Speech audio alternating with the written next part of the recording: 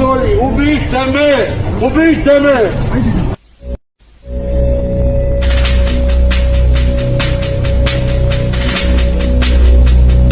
Mi smo crnogorske majke, sestre, simbol svega što predstavlja, znači stup crnogorske familije, pa samim tim i države.